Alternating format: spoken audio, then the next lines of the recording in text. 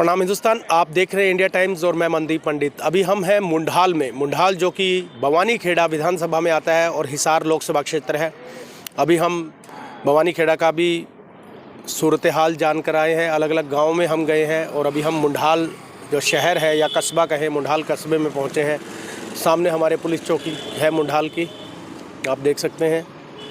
और अभी हमारे साथ दो प्रबुद्ध वर्ग के लोग बैठे हैं जिनका राजनीति में बड़ी पकड़ है और यहीं पर ही चौधरी देवीलाल के एक भक्त भी हैं, उनके घर भी गए थे लेकिन अनफॉर्चुनेटली हमें मिले नहीं मुख्तियार जी। तो अभी हम आम मतदाताओं से अब यहाँ पर बात करेंगे। सर स्वागत है, राम राम, कैसे हैं आप? राम, ठीक है। क्या माहौल लग रहा है बवानीखेड़ा के अंदर और स्पेशली आपके मुंढाल में? मुंढाल में कांग्रेस का। कांग्रेस का क्या कारण समझते हैं? बस 10 साल से सरकारें हैं जी, पब्लिक की यही भावना है, नया आए, नया कुछ करें। पूरी पब्लिक की है या देखो सभी तो क्या होते, बाकी माहौल ज़्यादा कांग्रेस का है। मुंढाल में कितने वोट हैं? मुंढाल में कितने हैं रुपये? टोटल मिला के तीनों गांवों में 12,000 12-13,000। अगर हम जातियों में वर्ग करें, थोड़ा सा विभाजित करें उसके, तो जाट वर्ग का कितना वोट है जी? घाट का कितना हो? 40%, 30% या 45%? 50 तो होएगा। हाँ 50 के आसपास है। हाँ 50 50 के आसपास। तो जाट वर्ग का वोट कौन से कैंडिडेट, जैसे आप बता रहे हैं कांग्रेस की तरफ हाँ जा रहा जयप्रकाश की तरफ जा रहे हैं। जयप्रकाश की तरफ जा रहे हैं। देखो 10-5% तो जाता है सारी तरफ, और अगर ज़्यादा है। हम जेजेपी की बात करें और इनेलो की बात करें तो उनको भी मिलेगा कुछ परसेंटेज जाट वर्ग बस का? कोई थोड़ा बहुत। थोड़ा कितना, 5% या उससे भी कम? देखो एक्यूरेट तो पता नहीं। नहीं, आइडिया, अप्रोक्सीमेट आइडिया पूछ रहे हैं हम तो। है जो उनके वर्कर हैं वो तो देवेंगे, बाकी अच्छा जी। आम जो है वो तो एक तो बीजेपी का तो मेन कारण तो ये है कि किसानों की वजह से ज़्यादा वो हो रहा है। अभी हम तिगड़ाना और उसके बाद कौन सा गांव था संदीप, मेरे साथ फोटो, हाँ धनाना भी गए थे, तिगड़ाना भी गए थे। वहाँ पर बीजेपी के प्रत्याशी के पक्ष में ट्रैक्टर रैली भी निकाली गई और काफ़ी सारे किसान थे वहाँ। तो हमने वो भी माहौल देखा है।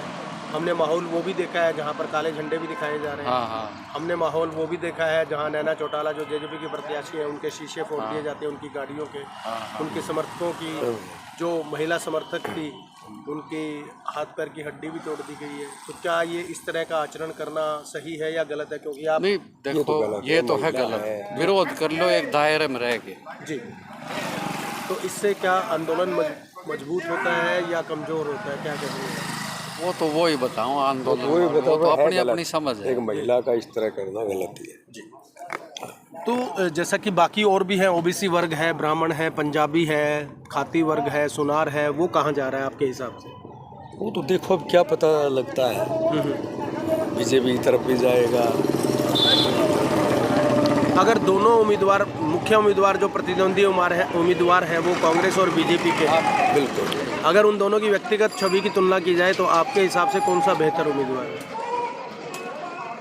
छवि तो दोनों की ठीक, दोनों ही ठीक है।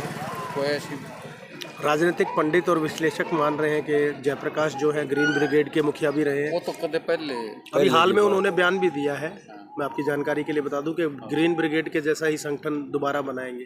क्या इस प्रकार का संगठन बयान दिया? हम मीडिया में है, समय के मुताबिक होता, अब समय नहीं है उसके पास, वो युवा थे उस टाइम, अब बुजुर्ग हैं। अब कौन से कमांडर बनेंगे वो ग्रीन ब्रिगेड? नहीं, उन्होंने बोला है, मीडिया में बोला है। और नहीं, हमने तो सुना नहीं बोला होगा, उससे तो हमने कोई लेना देना नहीं। क्या उस तरह का संगठन बनाना उचित है या अनुचित? नहीं, शांतिपूर्वक अनुचित ही है, अनुचित ही है, वो तो अनुचित ही है।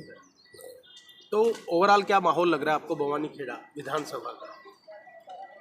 ओवरऑल तो टक्कर तो है, मुकाबला कांग्रेस और ये बीजेपी ये मुकाबला। एज में कौन रहेगा? थोड़ा बढ़त किसकी बनेगी पूरे बवानीखेड़ा विधानसभा की? क्योंकि आप राजनीति के जानकार भी हैं और उम्र में भी काफ़ी बड़े हैं, काफ़ी सारे चुनाव आप लोगों ने देखे हैं। हाँ।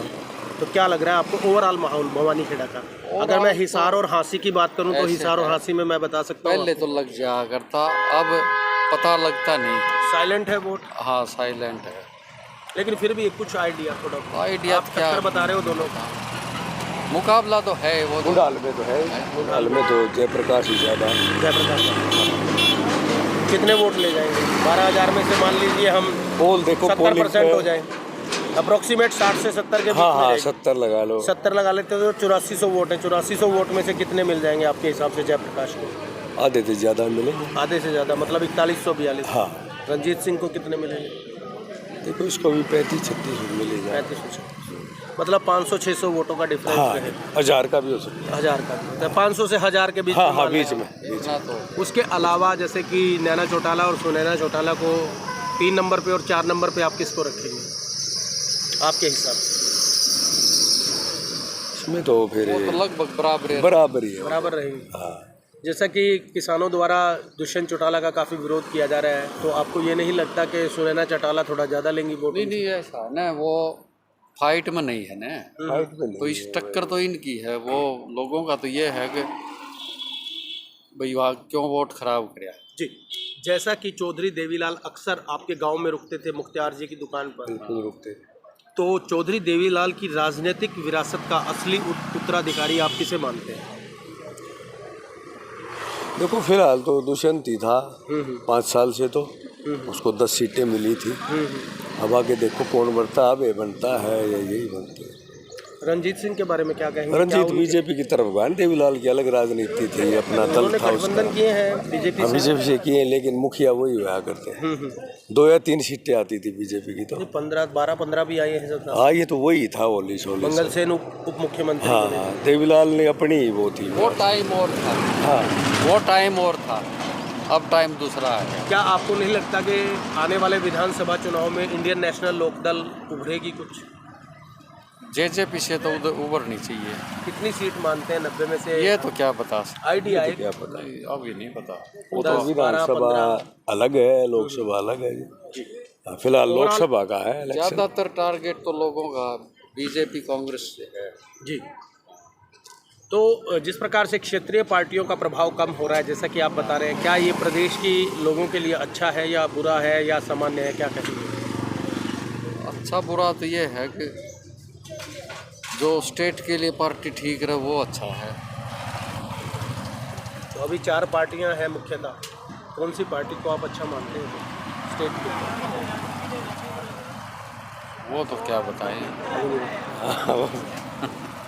चलिए, आपने बड़ी ही सूझबूझ से और बड़ी बेबाकी से हमारे प्रश्नों के जवाब दिए। बहुत बढ़िया। आप दोनों का बहुत बहुत हार्दिक धन्यवाद। आपका भी थैंक यू सर, हमसे बात करने के लिए हार्दिक आभार। Thank you sir. Thank you.